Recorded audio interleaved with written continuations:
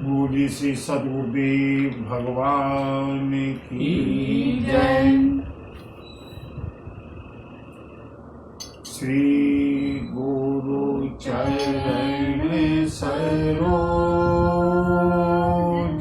रज निज मन मुकुर सुधार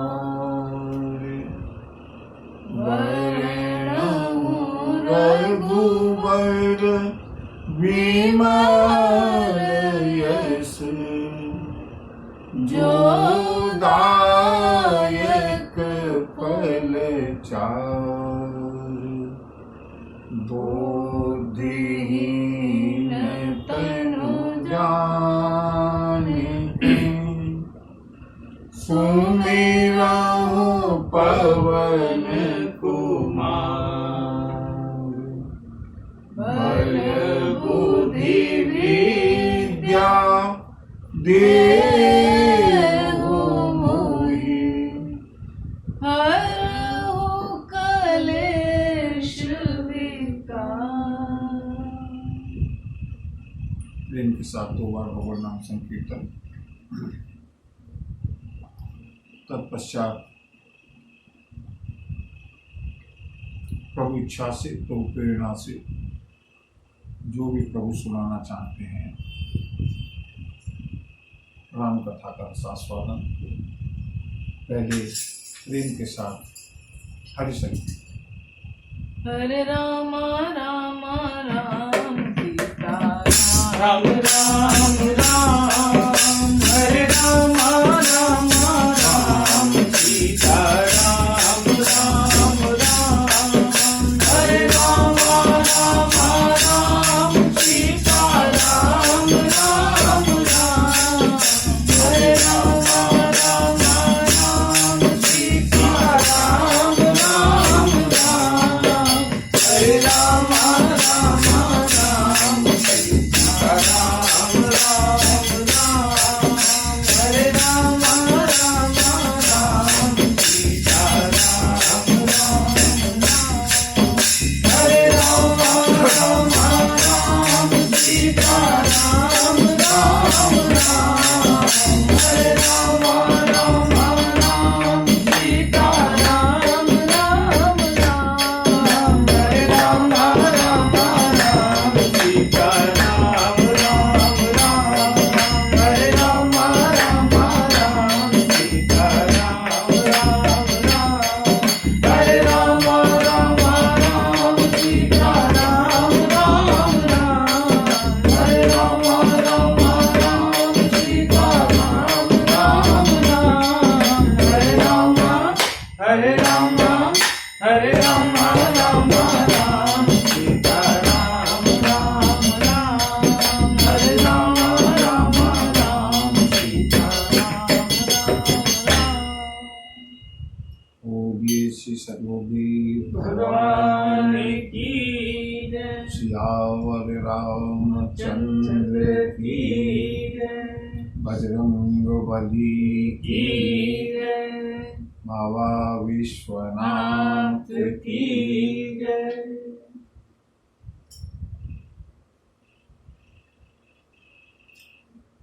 मंगल भवन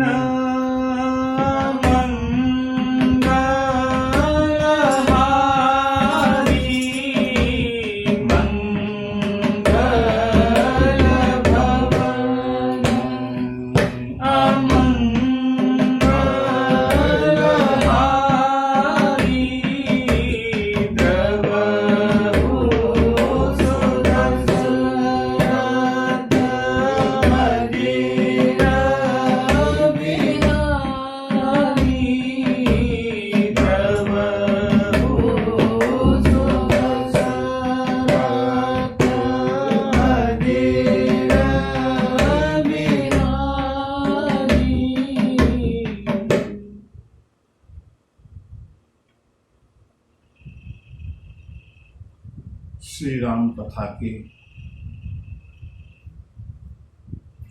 101वें एपिसोड में सभी का स्वागत है।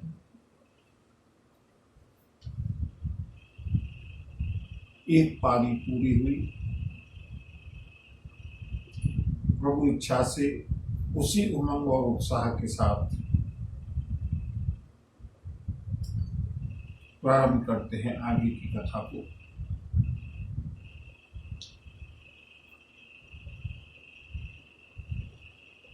मेरे प्रभु अपने अनुज लक्ष्मण के साथ अरण्य में विहार करते हुए एक वृक्ष के नीचे बैठे हैं विश्राम करने के लिए, और उसी समय देवर्षि नारद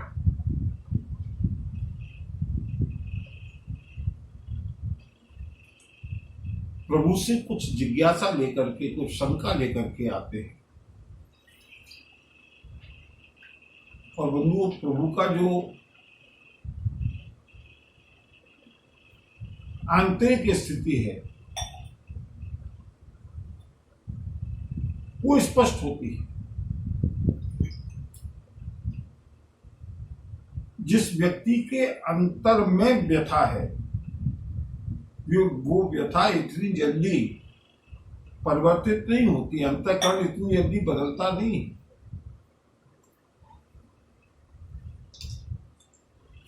प्रभु श्री राम तो विलाप करते करते सबरी के कुटिया पर जाते हैं, नवदा भक्ति का उपदेश करते हैं। उसके बाद देवर्षि नारद आते हैं। इससे पहले श्री राम क्या कर रहे हैं? विलाप कर रहे हैं। कामिन कहे दीनता दिखाई, धीरन के मन विरति गणाई। और अब जैसे ही देवर्षि नारद का पदार्पण हुआ, करत दंडवत लिए उठाई, राखे बहुत बार उरलाई। स्वागत पूछ निकट बैठा रे, लक्ष्मण सादर चरण पखारे। राम सिया राम, सिया राम, जय जय राम।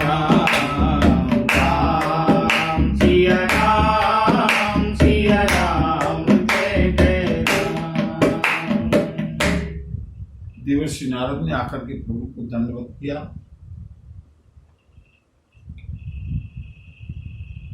रघुनाथ ने, मेरे प्रभु ने देवर्षि नारद को उठा करके अपने हृदय से लगाया है। स्वागत पूछ, स्वागत किया है देवर्षि नारद का। आप कल्पना कीजिए, किसी के ऊपर इतनी बड़ी विपत्ति आई हो कि जिसकी धर्म पत्नी का अपहरण हो गया हो, और वो चारों ओर भागता दौड़ता विलाप करता हुआ घूम रहा हो, और अचानक एक संत को देख करके स्वागत पूछे, बदल गए प्रभु। क्योंकि अंतःकरण में कुछ है ही नहीं, न हर्ष है, न शोक है, न व्यथा है, न चिंता है। निकट बैठा रे, अपने निकट बिठाया।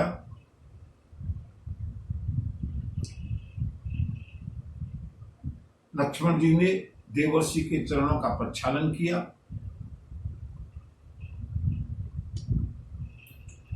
अब प्रभु इस समय दुखी व्यथित हैं या नहीं, या प्रसन्न हैं, गोस्वामी जी ने अगले दोहा में स्पष्ट किया। नाना विधि विनती करे, प्रभु प्रसन्न जिय जान। नारद बोले वचन तब, जोर सरोरुह पाऊं। प्रमाण पत्र दिया है गोस्वामी जी ने देवर्षि नारद ने देखा प्रभु प्रसन्न जिए जान, श्री राम प्रसन्न है। पत्नी का अपहरण होने के बाद कोई प्रसन्न रहेगा क्या? ये प्रसन्नता अंतःकरण की प्रसन्नता है। प्रसन्नतां या न गताभिषेक तस्तथा न ममले वनवास दुःखतः। प्रातः युवराज बनाया जाना है, कोई प्रसन्नता नहीं। युवराज के समय पर ही वनवासी बना दिया, कोई ग्लानि नहीं। ये है योग।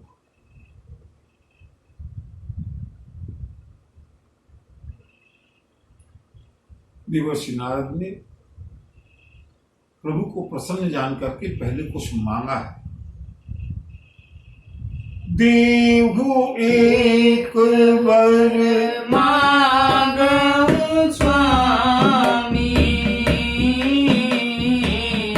यद्यपि जानत अंतर जामी। राम सिया राम सिया राम जय जय राम सिया राम सिया राम जय जय राम। बंधुओं, कुछ प्रसंग रामचरितमानस के ऐसे हैं जो जब 9 दिन की नवापरायण राम कथा होती है तो प्रायः अछूते रह जाते हैं। अखंड रामायण का पाठ करते समय भी हम उनको जल्दी से पढ़ जाते हैं, लेकिन बड़ा रहस्यपूर्ण और आध्यात्मिकी दृष्टि से बहुत ही महत्वपूर्ण प्रसंग है। देवर्षि नारद ने कहा, प्रभु मैं आपसे एक वरदान मांगना चाहता हूं।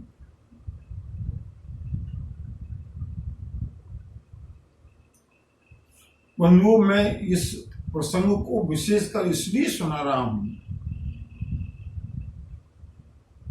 कि जो लोग ये कहते हैं कि हमारे पास गुरु मंत्र नहीं है, उनको देवर्षि नारद ने, प्रभु श्री राम ने गुरु मंत्र दिया है।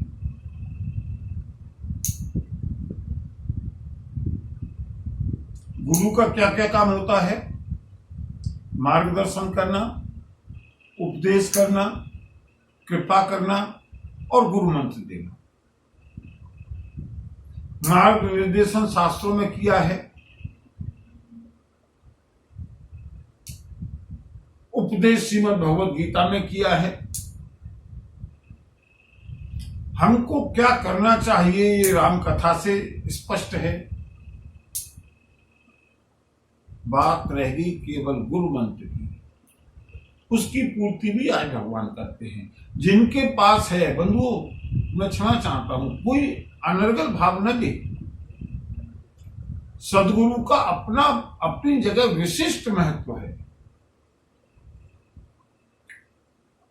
सदगुरु है, बहुत अच्छी बात है। सदगुरु ने मंत्र दिया है, वो हमारे लिए सब कुछ है।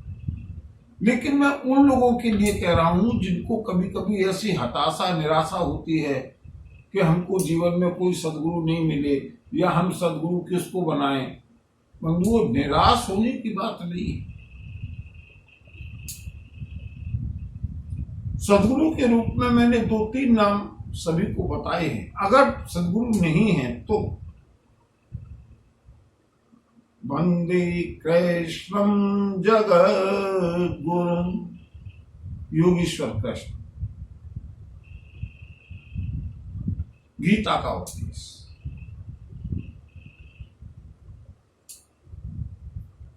भगवान शिव गुरुं शंकर रूपेण, गुरु तो साक्षात शिव का स्वरूप है। बजरंगबली, कृपा करहु गुरुदेव की नाई, जैसी जिसकी रुचि।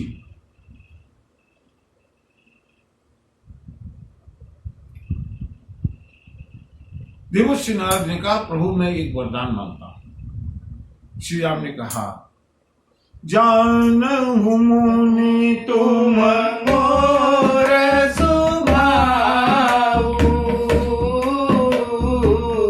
जन सन कबहू की करऊं दुराऊ, कवन वस्तु असी प्रिय मोहि लागी, जो मुनिवर न सकहु तुम मांगी, जन कहूं कछु अदेय नहीं मोरे, अस विश्वास तजहु जनि भोरे। राम सिया राम सिया राम, जय जय राम, राम सिया राम जय जय राम।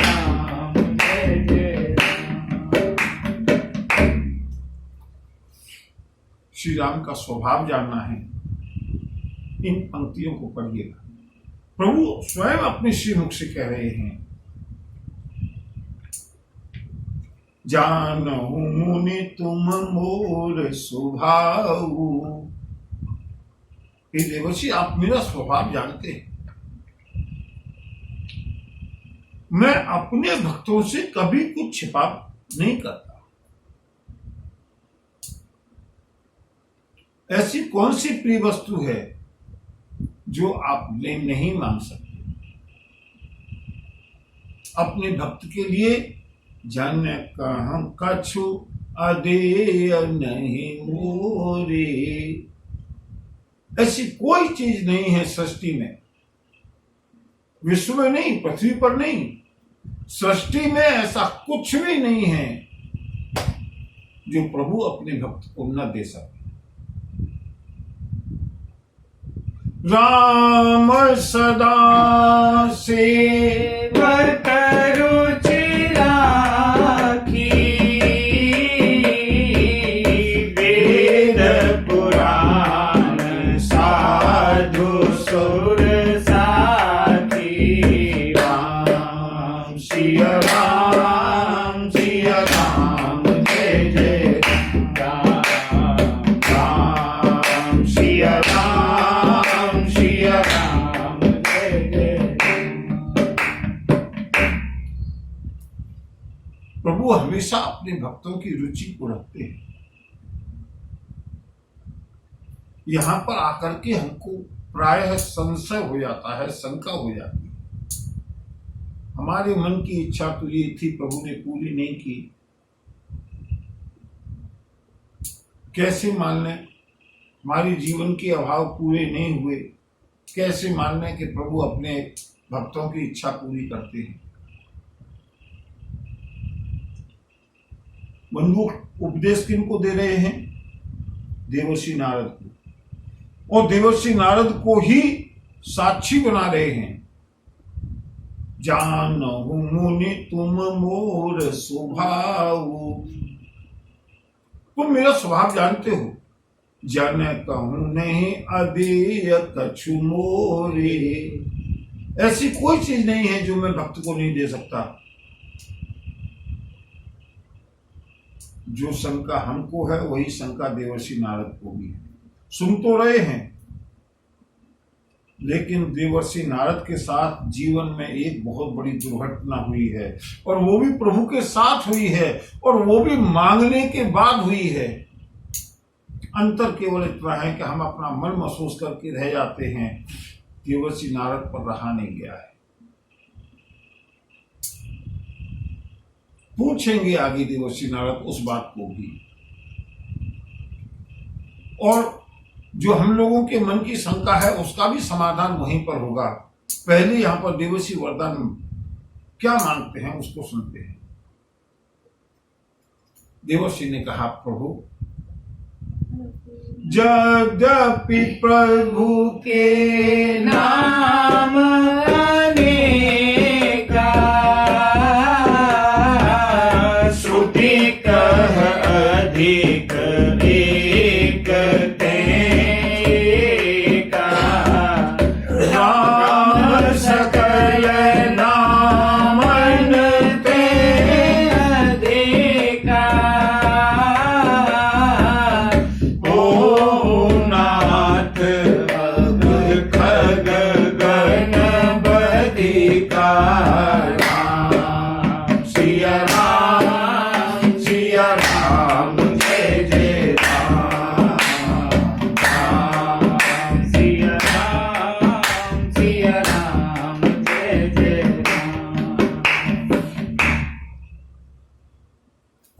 लोगों को कभी कभी ये भ्रम होता है कि मंत्र जितना लंबा हो, जितने बीज हों, जितना कठिन हो और जितना गुप्त रूप से दिया जाए वो उतना ही अधिक प्रभावी होता है। ये सत्य है कि गुरु अपने शिष्य को मंत्र गुप्त रूप से देता है, लेकिन उस गुप्त रूप से देने का कुछ कारण है।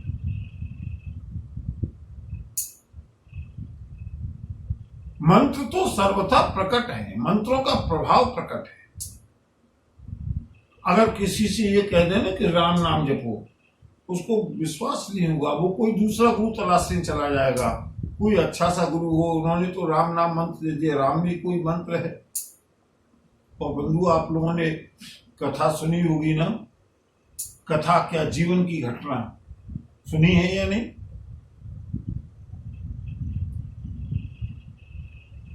ध्यान मूलम गुरु मूर्ति, पूजा मूलम गुरु पदम, मंत्र मूलम गुरु वाक्यम, मोक्ष मूलम गुरु कृपा। गुरु के वाक्य, गुरु के शब्द ही मंत्र हैं। जब तक हमको इतना विश्वास नहीं है बंधुओं, तब तक गुरु नहीं, स्वयं ब्रह्मा जी भी अगर गुरु बन करके आ जाए, हमारा कोई लाभ होने वाला नहीं है। मूर्ख हृदय न चेत, जो गोस्वामी कह रहे हैं, मैं नहीं कह रहा हूं। जो गुरु मिलहि विरंच सम, फूल ही फल ही न बेत, जदपि सुधा बरसहि जलद। अगर हमारा अंतःकरण उपजाऊ नहीं है तो चाहे भले ही अमृत की वर्षा होती रहे, चाहे उसमें स्वयं ब्रह्मा जी आकर के मंत्र दे जाए, कोई लाभ होने वाला नहीं। और गुरु के वाक्यों पर निष्ठा कितनी होनी चाहिए, सभी ने सुनी हुई है ये कथा, लेकिन मैं केवल संक्षेप में बात आई है राम नाम के मंत्र की, इसलिए बता रहा हूं। कबीरदास जी का नाम सबने सुना है।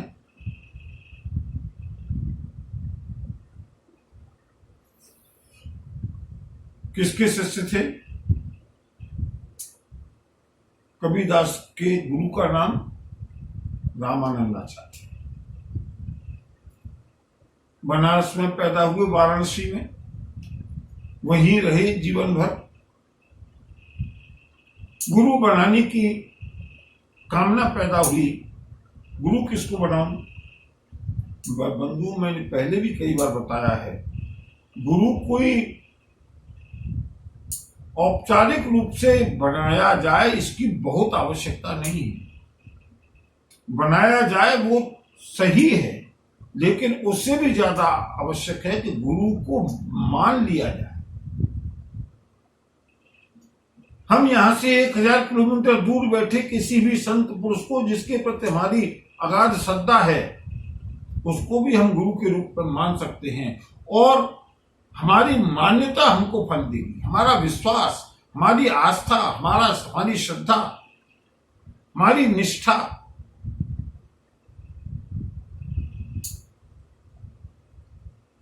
सभी ने सुना है, एकलव्य को द्रोणाचार्य ने गुरु दीक्षा दी नहीं थी, उसने गुरु मान लिया था।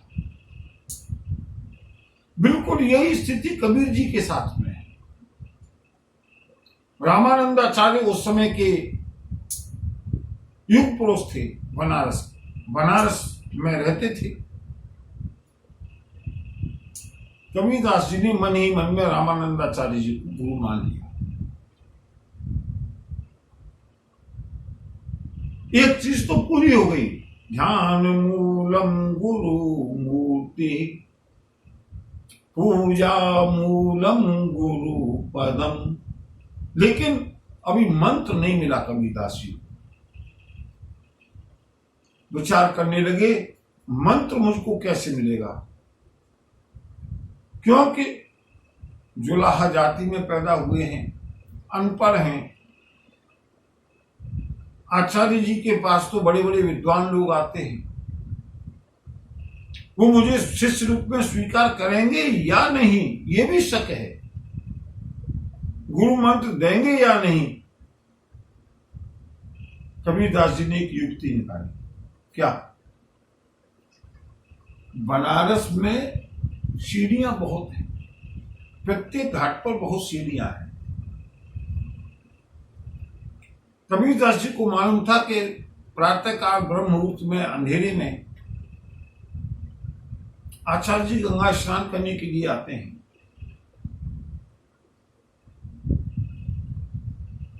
बंधु, इससे कहते हैं अगर हमारी श्रद्धा और निष्ठा है तो गुरु को तो मंत्र देना पड़ेगा।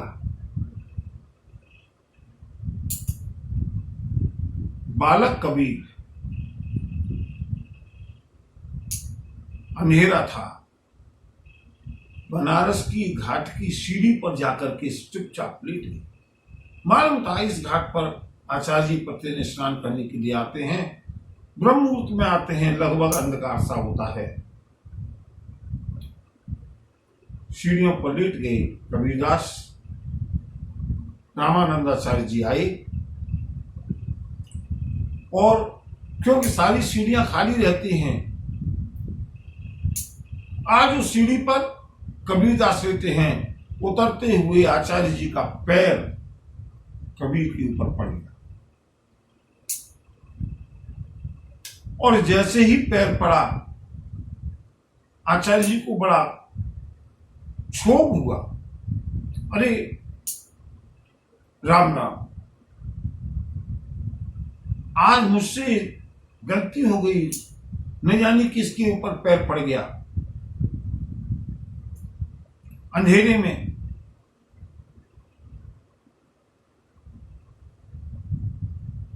कहीं कोई कष्ट तो नहीं हुआ। जैसे ही पैर पड़ा, कबीरदास जी ने पैर को पकड़ लिया। रामानंदाचार्य जी ने देखा, अरे बेटा, एक ही शब्द निकला अचानक, बेटा राम राम कह। और जैसे ही रामानंदाचार्य जी ने कहा बेटा राम राम कह, कबीरदास जी ने इसी शब्द को मंत्र मान लिया। रामानंदाचार्य जी ने कहा बेटा चोट तो नहीं लगी? मेरा पैर पड़ गया। और उनको कबीरदास जी ने कहा, गुरुदेव,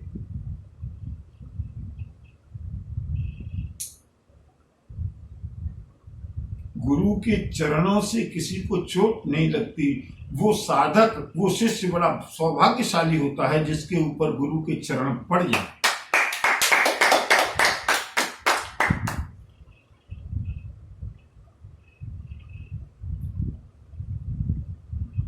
आज आपका चरण पड़ गया, आज से ये कबीर कबीर बन गया।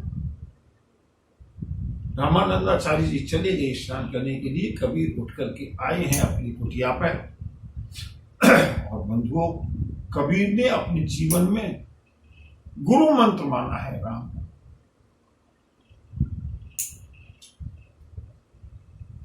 महामंत्र जेहि जपत महेशु, काशी मुकुति हेतु उपदेशु, राम सिया राम सिया राम, जय जय राम राम, सिया राम जय जय राम।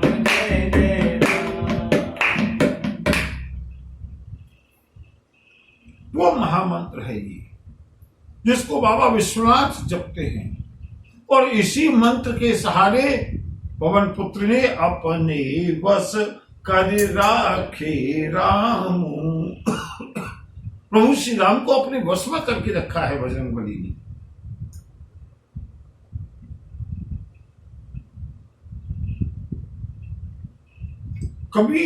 कबीर कितने ही ज्ञानाश्रयी शाखा के निर्गुण निराकार के उपासक रहे हों, लेकिन राम नाम के महत्व को उन्होंने बहुत जोर दिया है।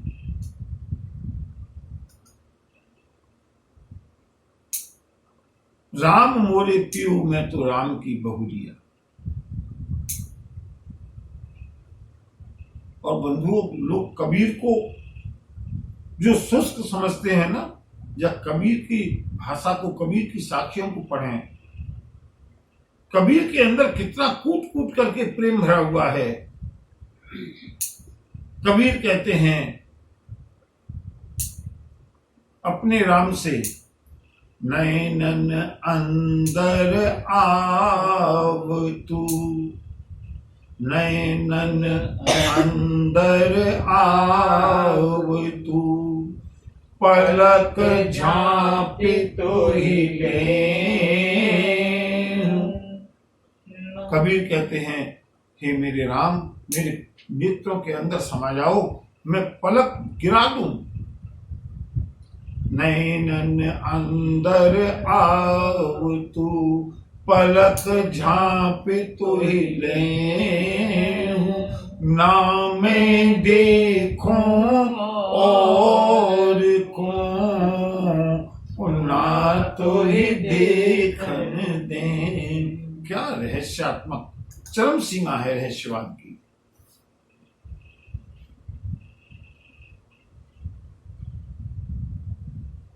नैनन की करी कोठरी, जय हो कबीर। नैनन की करी कोठरी, और पुतली पलंग बिछाए। मेरे ख्याल में इसकी व्याख्या करने की आवश्यकता ही नहीं है। नैनन की करी कोठरी, और पुतली पलंग बिछाए। पलकन की चिक डाल के, पिए को लिया रिझाए। बंधु, राम नाम की कितनी महिमा है। जिनके पास जो भी गुरु मंत्र है वो बहुत साधुवाद और सौभाग्यशाली हैं। वो अपने अपने मंत्र का पूरी निष्ठा के साथ जप करें। लेकिन अगर किसी के पास गुरु मंत्र नहीं है, कदाचित निराश होने की आवश्यकता नहीं है। मैं व्यासपीठ के माध्यम से शास्त्रों के द्वारा, प्रभु के द्वारा, भगवान भोलेनाथ के द्वारा दिया गया मंत्र देता हूं। राम सिया राम, सिया राम, जय जय राम। राम सिया राम, सिया राम, जय जय राम। बजरंगबली का तो प्रिय कीर्तन है। श्री राम जय राम, जय जय राम। राम जय राम, जय जय राम। श्री राम जय राम, जय जय राम। श्री राम जय राम, जय जय राम। श्री राम जय राम, जय जय राम। श्री राम जय राम, जय जय राम। बोलो श्री राम जय राम, जय जय राम। बोलो श्री राम जय राम, जय जय राम। देवर्षि नारद ने वरदान मांगा है। यद्यपि प्रभु के नाम अनेका, प्रभु आपके नाम तो अनेक है। विष्णु सहस्त्र नाम हो, शिव सहस्त्र नाम हो, दुर्गा सहस्त्र नाम हो, सब प्रभु के ही नाम है। और बंधुओं, प्रभु तो अक्षर है। प्रभु का नाम, ईश्वर का नाम पर्यायवाची अक्षर है। जो भी कुछ है वो प्रभु का ही नाम है। श्रुति कह अधिक एक ते एका, एक से एक बड़ा महत्व वेदों ने नामों का बताया है। लेकिन मैं आपसे वरदान मांगता हूं कि राम सकल नामन ते अधिका, राम सकल नामन ते अधिका, ओ नाथ अघ खग गण बधिका, ओ नाथ अघ खग गणपतिका। बंधु, आप समझते हैं राम नाम कोई वेद मंत्र है? राम वेद मंत्र है। और इस राम नाम की व्युत्पत्ति, इस राम नाम का प्रभु का नामकरण संस्कार किसने किया है? ब्रह्मर्षि वशिष्ठ ने। सारे वेदों का रस निचोड़ करके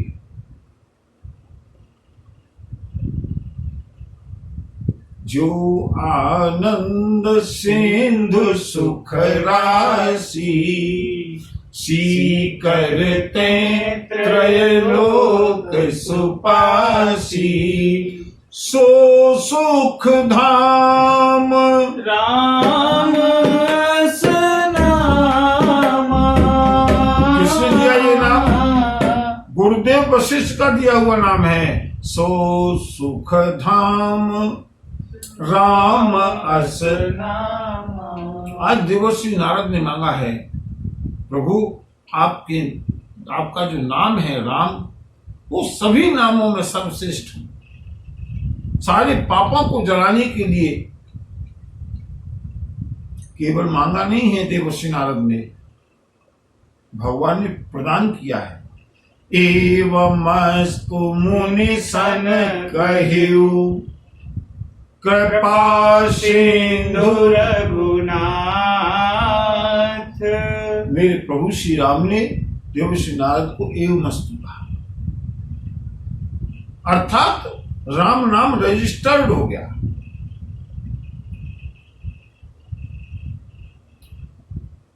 गुरु मंत्र किसने दिया? देवर्षि नारद ने, और उसको प्रमाणित किया, अटेस्ट किया है प्रभु श्री राम ने स्वयं। एवमस्तु मुनि सन कहिउ। बंधु, केवल राम नाम कितना सरल, क्यों? इससे ज्यादा सुबोध, सरल, गेय, किसी भी स्थिति में गाने के योग्य। अगर हम हॉस्पिटल में भी एडमिट हैं, अगर कोई वैदिक मंत्र या कोई ऐसा मंत्र है जिसको पवित्रता की आवश्यकता है, हम नहीं जप सकते, अपवित्र अवस्था में नहीं जप सकते। लेकिन राम नाम सबसे ज्यादा पवित्र अवस्था कब होती है? क्यों? सबसे ज्यादा पवित्र अवस्था कब होती है? जिस समय मुर्दे को लेकर के जाते हैं, जो लोग मुर्दे को लेकर के जा रहे हैं, अगर उसको भी किसी ने स्पर्श कर लिया तो वो भी पानी की छींटे डाल करके अपने को पवित्र करता है। और ये केवल पाखंडवाद नहीं है। जो लोग इसको पाखंडवाद अब तक मानते रहे हैं, कोरोना वायरस ने सबकी आंखें खोल दी हैं। भारतीय संस्कृति में जो पवित्रता के नियम बनाए गए हैं, जो शौच के पवित्रता के नियम बनाए गए हैं, स्वच्छता के नियम बनाए गए हैं, वो कोरा पाखंडवाद नहीं है, उसके पीछे कितनी छिपी हुई वैज्ञानिकता है वो आज कोरोना ने प्रमाणित कर दी है कि एक दिन में 100 बार लोगों को हाथ धोने पड़ रहे हैं। बंधुओं, ये तो समय का फेर है। किसी समय गंगा जल से धोकर के हाथ पवित्र किए जाते थे, आज शराब से, एल्कोहल, सैनिटाइजर। क्यों? वायरस का प्रभाव न हो, वो गलत नहीं है, वायरस का प्रभाव न हो। और बंधुओं, वायरस का प्रभाव न हो जब इतनी अपवित्र अवस्था है, डेड बॉडी को लेकर के जा रहे हैं, तमाम प्रोटीन्स अमीनो एसिड्स में बदलती हैं, तमाम दुर्गंध भी आती है, बहुत सारे संक्रमण हो जाते हैं डेड बॉडी में, उसको लेकर के जा रहे हैं। और उस समय भी राम का नाम बोलते हैं या नहीं? कितना सरल, कितना सुबोध, कितना सहज, कितना रसमय। और इसीलिए भगवान शिव शमशान घाट में विहार करते हैं।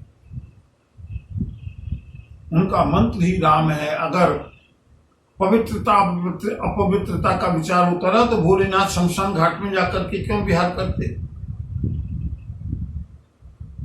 कोई डिजायरेबिलिटी नहीं, कोई एलिजिबिलिटी नहीं, कोई रिक्वायरमेंट नहीं, जब चाहो, जैसे चाहो, जहां चाहो। हरे राम रामा रामा हरे हरे, हरे कृष्ण हरे कृष्ण, कृष्ण कृष्ण हरे हरे,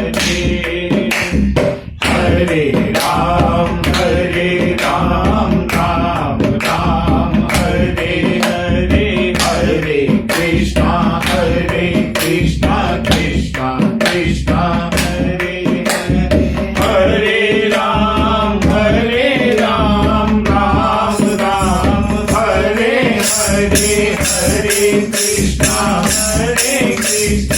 कृष्णा कृष्णा हरे हरे, राम हरे राम राम राम हरे हरे, हरे कृष्ण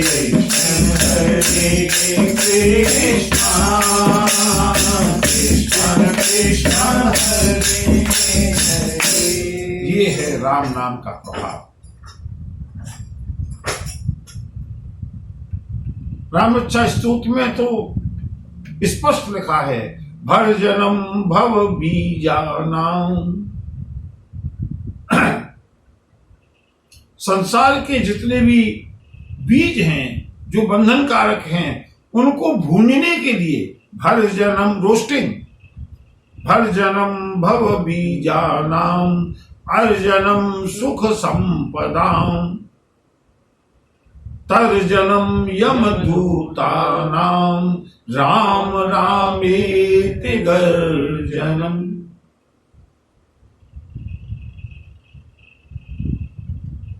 प्रभु, मैं आपसे वरदान मांगता हूं, राम नाम सर्वश्रेष्ठ। और बंधुओं, प्रभु श्री राम ने एवं मस्तु कहा है।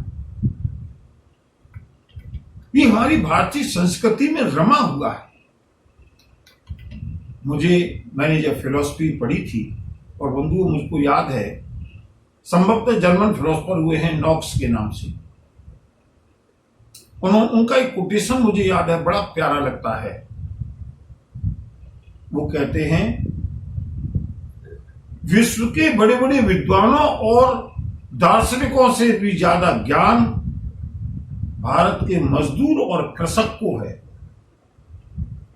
और इसका पूरा श्रेय गोस्वामी तुलसीदास को जाता है। नॉक्स कहते हैं।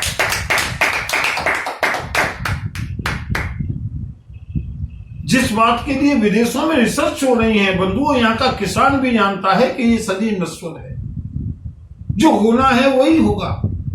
हुई यही सोई जो राम रची राखा,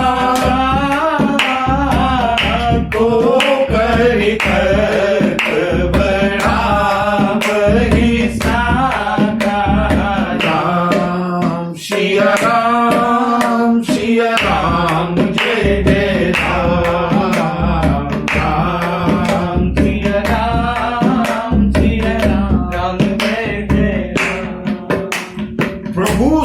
सर्वव्यापी हैं। इस बात को भारत का किसान भी जानता है, मजदूर भी जानता है।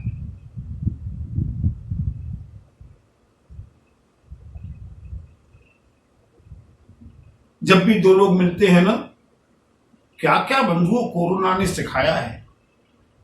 देखिए, मानते हैं संकट है, दैवी संकट है, लोगों को बहुत कष्ट हुआ है, अर्थ की हानि भी हुई है, लेकिन जैसे हमारे प्रधानमंत्री जी कहते हैं ना, आपदा को अवसर में बदलना, कुछ सीखना। पूरे विश्व को सिखाया है इस कोरोना ने। और क्या सिखाया है? ए विश्व वालों, ए विश्व के लोगों, देखो भारतीय संस्कृति को अपनाओ। क्यों? हाय और हेलो की संस्कृति, जब भी मिले हाथ मिलाया। अब लोग हाथ मिलाने से परहेज करते हैं, दूर से राम राम। और राम राम का मतलब हमारे यहां बंधुओं ऋषि मुनियों ने कितनी बुद्धिमानी से हमारी संस्कृति को पाला पोसा था। मालूम था कि प्रपंच में लोग राम नाम का जप, माला का जप, मंत्र का जप नहीं कर पाएंगे। प्रत्येक जीवन की घटना में राम नाम को मिला दिया। जब भी मिलेंगे राम राम, कोई बात हुई हाय राम, कोई भी राम को, राम भारत की संस्कृति में जीवन का एक अनिवार्य अंग है। और अंततः अंतिम संस्कार पर भी जाकर के राम राम सत्य है। चाहे कोई कितना ही बड़ा नास्तिक हो, चाहे आस्तिक हो, पुजारी हो, राजा हो, रंक हो, उसको कैरी करने वाले, उसको ले जाने वाले अंत में कहते हैं राम राम सत्य है। और बंधुओं, बड़ी प्रसन्नता होती है कि राम के अस्तित्व को भले ही लोग नकारते रहे, लेकिन 2 दिन के बाद उन्हीं श्री राम का मंदिर बड़ी धूमधाम के साथ उन्हीं की पवित्र जन्मभूमि से अयोध्या धाम में बनने जा रहा है।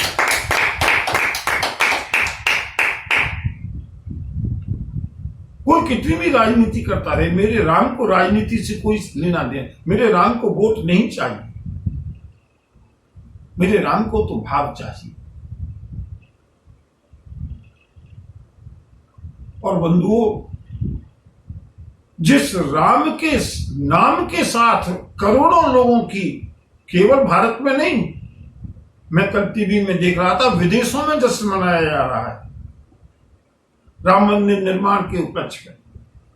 कल्पना कीजिएगा बंधुओं, जिस राम के पीछे विश्व इतना दीवाना है, अगर उस राम की कथा को चरितार्थ कर दिया जाए, अगर उस राम की कथा को जन जन में फैला दिया जाए, अगर उस राम के आदर्श को अपना लिया जाए, विश्व में कोई संकट नहीं रहेगा राम राज्य की स्थापना। चलते देखते हैं, अगर प्रभु इच्छा हुई, प्रभु प्रेरणा हुई, तो 1 या 2 दिन, भले ही संक्षिप्त सही, राम कथा है तो राम कथा में तो श्री राम का कुछ भी हो, अगर प्रभु की प्रेरणा होगी तो श्री अयोध्या धाम में जो राम मंदिर निर्माण होने जा रहा है, उसके बारे में कुछ चर्चा करेंगे। मंदिर की क्या उपयोगिता है, इसको कैसे सार्थक बनाया जाए।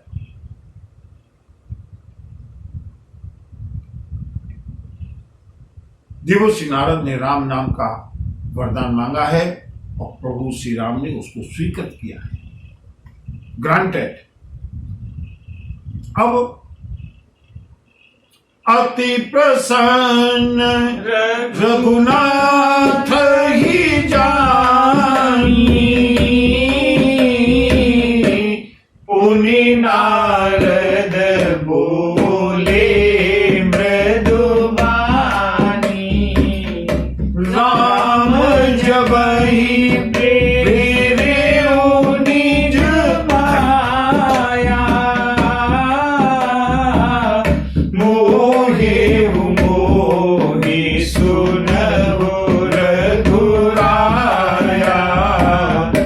तब विवाह में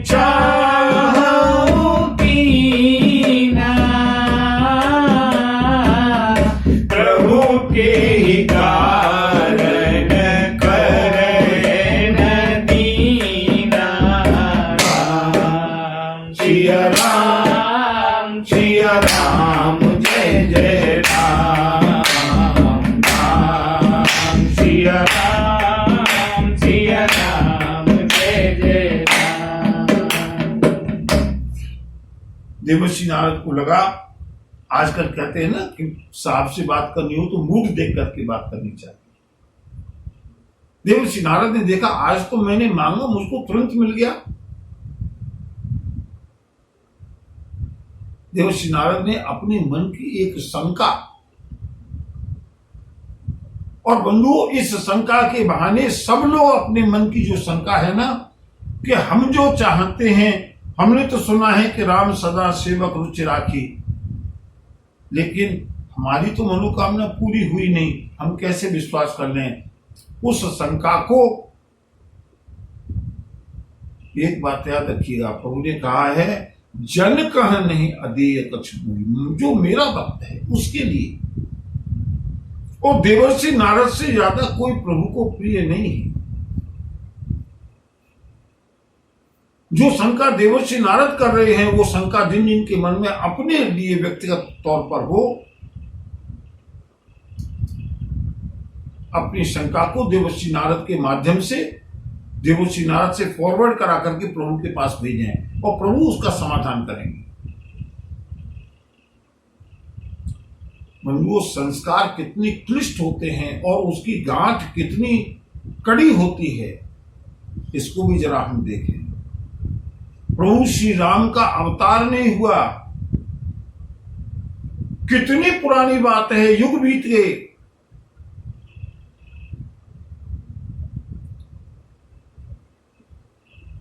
देवर्षि नारद ने श्राप दिया था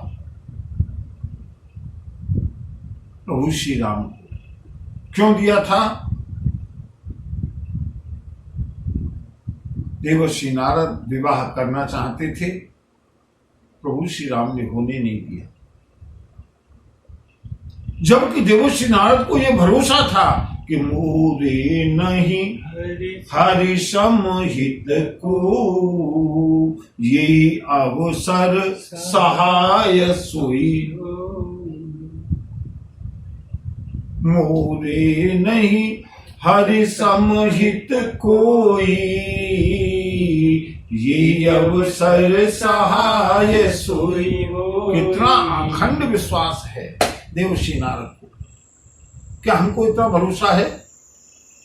संभवतः मुझको तो नहीं है, मैं सबकी बात नहीं कह सकता।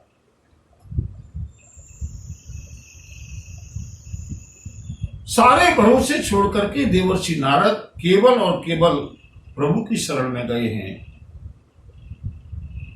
आपुन रूप देहु प्रभु मोही,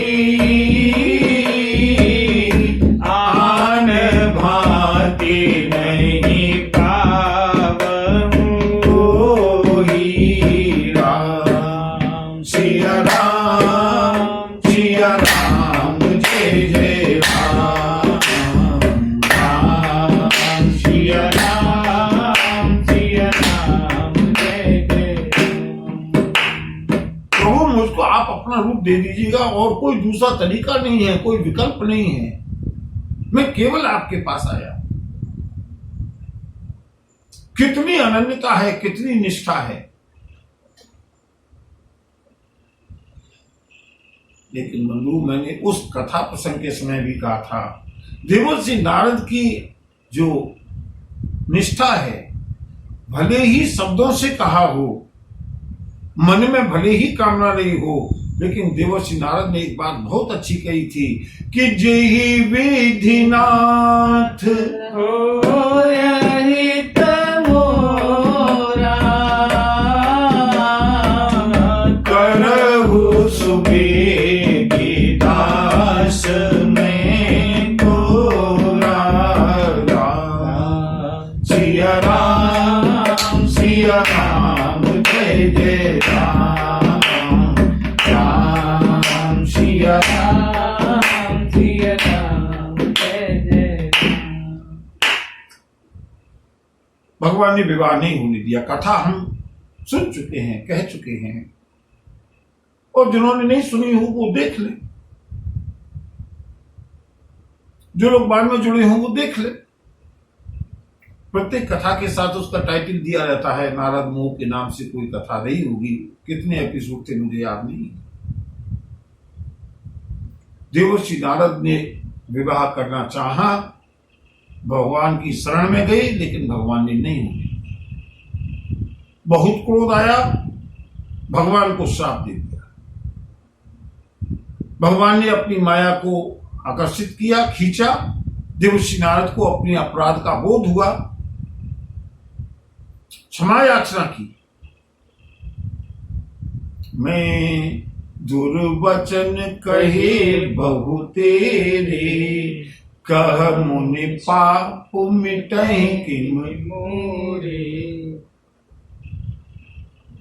देवर्षि नारद ने कहा, प्रभु मुझसे बहुत बड़ी भूल हो गई। इतना तो देवर्षि नारद को एहसास हो गया कि प्रभु ने मेरे भले के लिए जो भी कुछ किया, जैसे कि हम लोग संतोष कर लेते हैं मन मार करके, हमारे मन की कामना पूरी नहीं हुई, हमारे मन के प्रतिकूल कोई कार्य हो गया, हमारा कोई स्वजन चला गया, हमारे घर पर आर्थिक विपत्ति आ गई, जो भी कुछ रहा हो, जो आस्तिक लोग हैं, जो संत हैं, जो साधु हैं, व्यथा तो सबको होती है, लेकिन अपने मन समझा लेते हैं प्रभु ने कुछ अच्छा सोच करके किया होगा। ऐसे ही देवर्षि नारद ने सोच लिया, लेकिन उसका मर्म मालूम नहीं पड़ा कि प्रभु ने मेरा विवाह होने क्यों नहीं दिया। और बंधुओं, ये एक प्रभु ने ऑपरेशन किया है देवर्षि नारद का। ऑपरेशन तो सक्सेसफुल रहा, ऑपरेशन सही हो गया, देवर्षि नारद स्वस्थ हो गए, लेकिन जो ऑपरेशन की जो गांठ थी वो युगों के बाद भी मिटी नहीं। और उस गांठ की प्लास्टिक सर्जरी कराने के लिए देवर्षि नारद आए। देवर्षि नारद ने कितने पुराना प्रसंग पूछा, प्रभु तब विवाह में चाहूं कीन्हा। मैंने बहुत विचार किया प्रभु, आपने जो भी कुछ किया होगा अच्छे के लिए किया होगा, लेकिन मेरी समझ में नहीं आया। चारों वेद बने पड़े हैं, शास्त्र पुराण सब कुछ जानता हूं, लेकिन मुझे ये समझ में नहीं आया कि अगर मेरी भी एक मिसेज नारद आ जाती तो क्या बिगड़ जाता।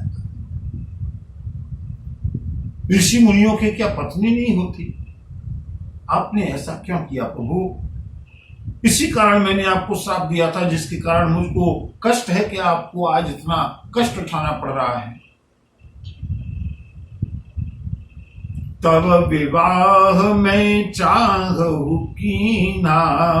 प्रभु मुझे बताइएगा कि प्रभु के ही कारण करें दीना। आपने वो विवाह क्यों नहीं करने दिया? देवर्षि नारद ने कहा, प्रभु क्षमा करना, आप प्रसन्न हैं, आपका मूड अच्छा है, इसलिए पूछ रहा हूं। श्री राम मुस्कुराए हैं। भगवती जानकी के विरह में भी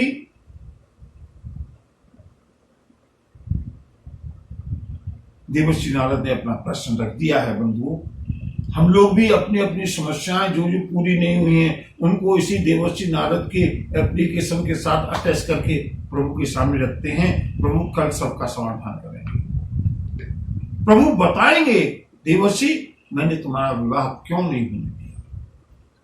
बोलिए भक्तवत्सल भगवान की जय। नमः पार्वती पतये हर हर महादेव।